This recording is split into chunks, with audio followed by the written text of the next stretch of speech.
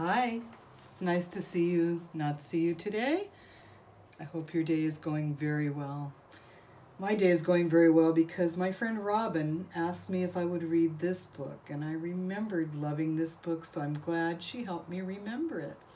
It's called All the Places to Love by Patricia MacLachlan.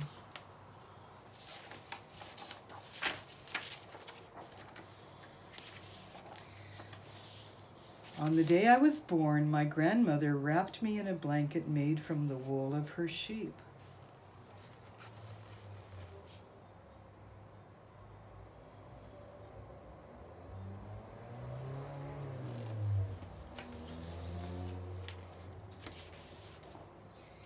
She held me up in the open window, so what I first heard was the wind.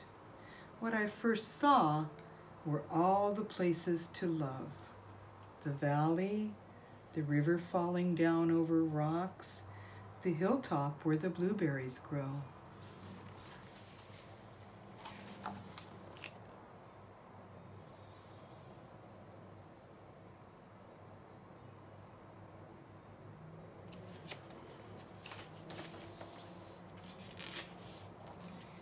My grandfather was painting the barn, and when he saw me, he cried.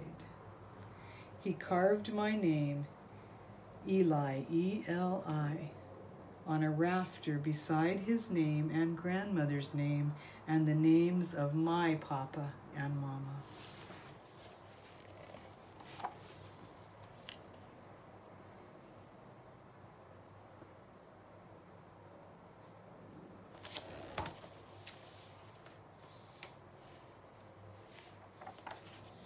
Mama carried me on her shoulders before I could walk, through the meadows and hay fields. The cows watched us and the sheep scattered. The dogs ran ahead, looking back with sly smiles. When the grass was high, only their tails showed.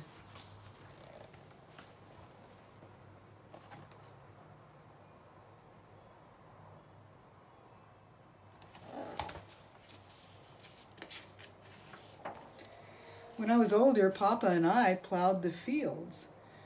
"Where else is soil so sweet?" he said. Once, Papa and I lay down in the field holding hands, and the birds surrounded us. Raucous black grackles, redwings, crows in the dirt that swaggered like pirates. When we left, Papa put a handful of dirt in his pocket. I did too.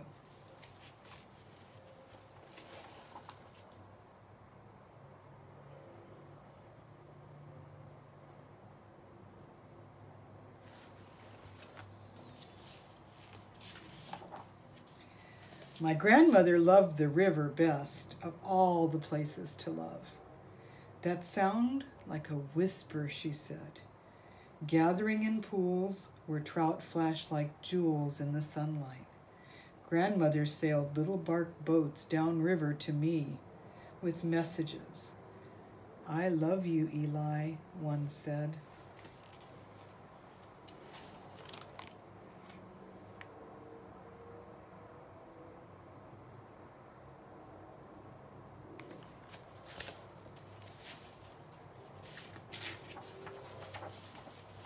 We jumped from rock to rock to rock, across the river where the woods began, where bunchberry grew under the pine needle path and trillium bloomed. Under the beech tree was a soft, rounded bed where a deer had slept. The bed was warm when I touched it.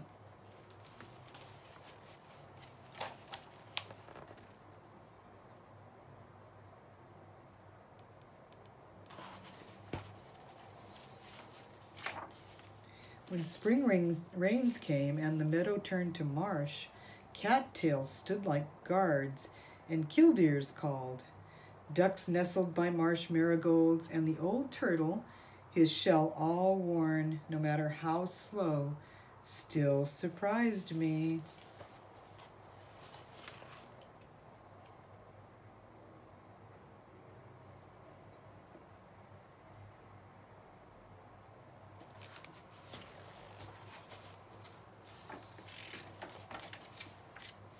Sometimes we climb to the place Mama loved best, with our blueberry buckets and a chair for my grandmother, to the blueberry barren where no trees grew, the sky an arm's length away, where marsh hawks skimmed over the land, and bears came to eat fruit, and wild turkeys left footprints for us to find, like messages. Where else, said my mama, can I see the sun rise on one side and the sun set on the other?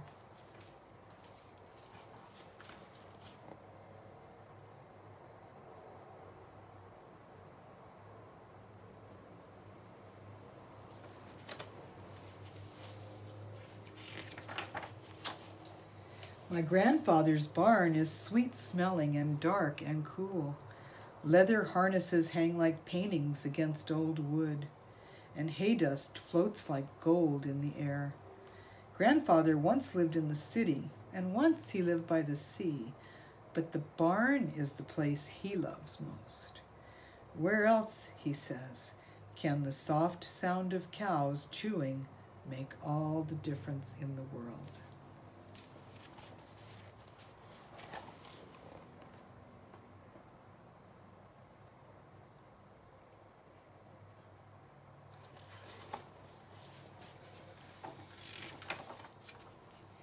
Today we wait, him sitting on a wooden slat chair and me on the hay, until much later my grandmother holds up a small bundle in the open window, wrapped in a blanket made from the wool of her sheep, and my grandfather cries.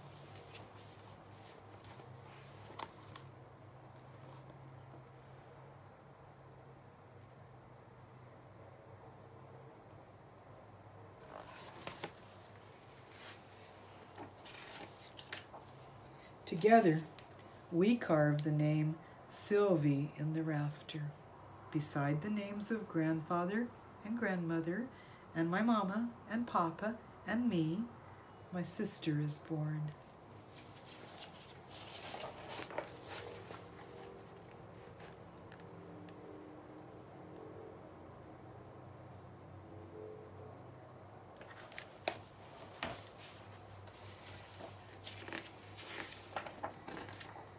Someday, I might live in the city. Someday, I might live by the sea. But soon, I will carry Sylvie on my shoulders through the fields. I will send her messages downriver in small boats, and I will watch her at the top of the hill, trying to touch the sky. I will show her my favorite place, the marsh, where ducklings follow their mother like tiny tumbles of leaves.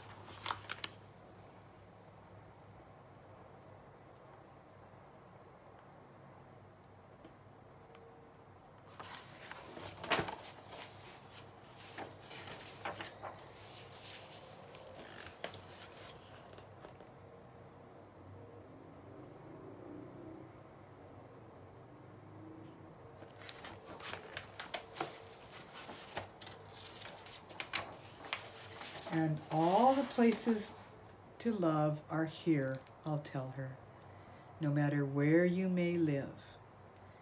Where else, I will say, does an old turtle crossing the path make all the difference in the world?